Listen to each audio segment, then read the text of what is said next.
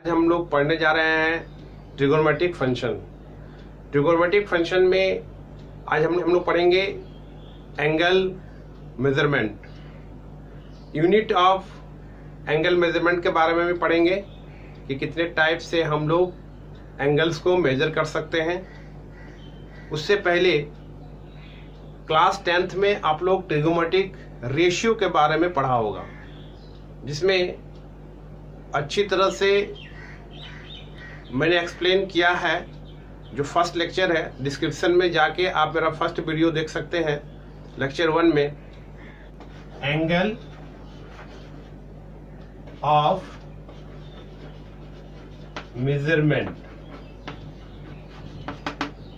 Angle of measurement क्या है, तो हम लोग देखते हैं कि एक्चुअली हम लोग एंगल को दो तरह से मेजरमेंट करते हैं।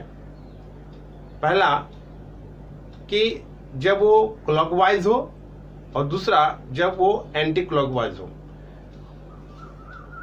तो अगर हम लोग ये हम लोग का फिक्स पॉइंट है और इसको अगर हम लोग इस तरह से मूव करते हैं, दैट मीन्स क्या हुआ, एंटी क्लॉकवाइज। आप वॉच देखे होंगे, घड़ी देखे होंगे, घड़ी में सुई जो है वो आपका जो है वो इस डायरेक्शन में आपका मूव करती है, ठीक है। एंटी क्लॉकवाइज मतलब ठीक क्लॉकवाइज के उल्टा। तो जब इस तरह से हम लोग मूव किया, इस तरह से हम लोग अगर मूव करती है तो इसको हम लोग एंटी क्लॉकवाइज कहेंगे। इसमें ये माइनस प्लस थीटा जो है वो हम लोगों को देगा, ठीक है। और अगर ये क्लॉकवाइज डायरेक्शन में मूव करेगा तो ये हम लोग को नेगेटिव थीटा देगा। ये हो गया क्लॉकवाइज।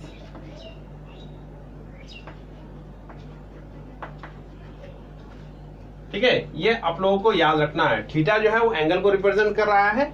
तो एंटी क्लॉकवाइज जब मूव करेगा तो पॉजिटिव एंगल बनाएगा, और अगर क्लॉकवाइज अगर वो मूव करता है तो नेगेटिव बनाएगा। तो कुछ अगर एंगल हम लोग ले ले, जैसे कि हम लोग ले लेते हैं 40 डिग्री। तो अगर हम लोग को रिप्रेजेंट करना है प्लस 40 डिग्री, तो 40 डिग्री को हम लोग किस तरह से दिखा सकते हैं। हमको अगर दिखाना है माइनस 60 डिग्री, तो हम लोग इसको किस तरह से रिप्रेजेंट कर सकते हैं। तो देखिए, हम लोग ये जानते हैं कि ये क्वाड्रेंट है, ये आपका क्वाड्रेंट हो गया, ठीक है। तो ये हम लोग जानते हैं ये 0 डिग्री है ना। तो यहां से अगर हम लोग मूव करते हैं तो ये 40 है, 40 में से एंटी क्लॉकवाइज हमको मूव होगा।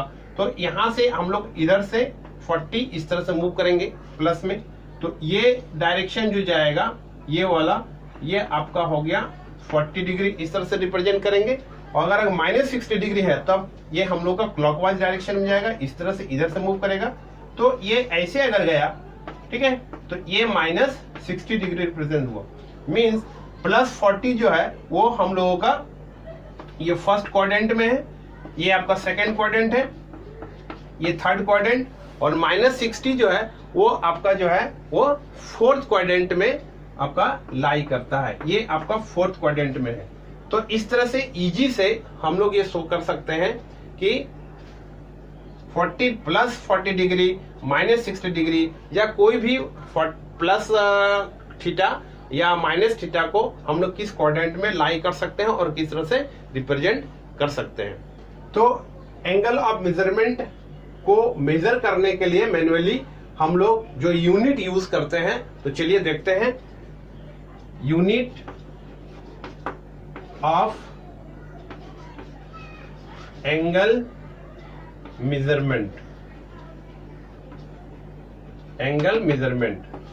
तो यूनिट ऑफ एंगल मेजरमेंट को हम लोग मैन्युअली डिग्री से और रेडियन से हम लोग मेजर करेंगे।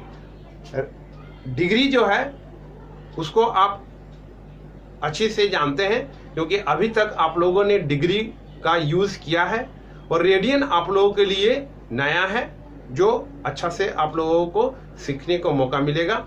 तो यहाँ पर हम लोग मैन्युअली जो है वो डिग्री से मेजर करेंगे, और दूसरा यूनिट जो होगा वो होगा रेडियन।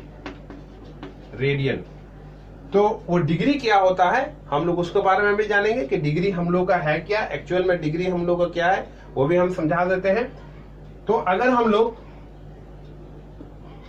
जैसे कि दिखाएं, यहाँ पर एक फिक्स्ड पॉइंट है और इस फिक्स्ड पॉइंट को हम लोग क्या करेंगे कि अगर हम लोग इस तरह से डिवाइड कर देते हैं, इस तरह से अगर हम लोग डिवाइड करेंगे कितने पार्ट्स में, 60 पार्ट्स में, ठीक है। अगर इसको हम लोग 60 पार्ट्स में डिवाइड करेंगे, ये पार्ट, ये जो पार्ट आया ये हम लोगों का अगर 60 पार्ट में डिवाइड करेंगे तो हम लोग का कितना होगा, 360 हम लोग का जो है वो टोटल हम लोग का रिवोल्यूशन, माने एक कंप्लीट रिवोल्यूशन जो है वो 360 देगा हम लोग को। और इसी जो ये वन पार्ट हुआ उसी को हम लोग 1 डिग्री कहते हैं। तो इसको इस तरह से हम लोग लिखते हैं कि 1 कंप्लीट